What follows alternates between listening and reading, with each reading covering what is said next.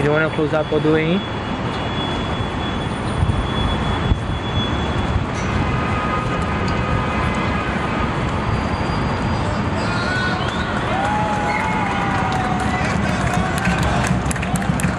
الآن مشاهدينا، الآن نتابع مراسيم رفع العلم السوري الجديد، العلم الأخضر.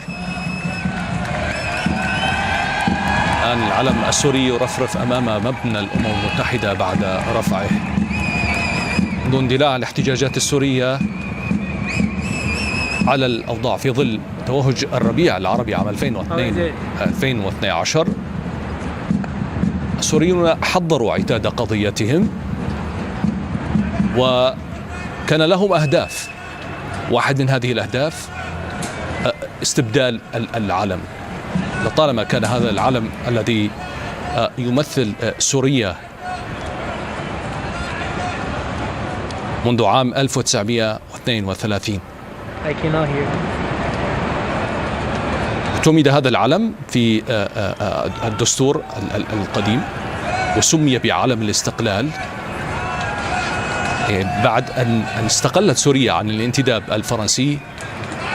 تم استخدام هذا العلم تحديد يوم 11 من يونيو حزيران سنة 1932، وتم اعتماده كعلم رسمي للبلاد سنة 46، وهو تاريخ استقلال سوريا عن فرنسا.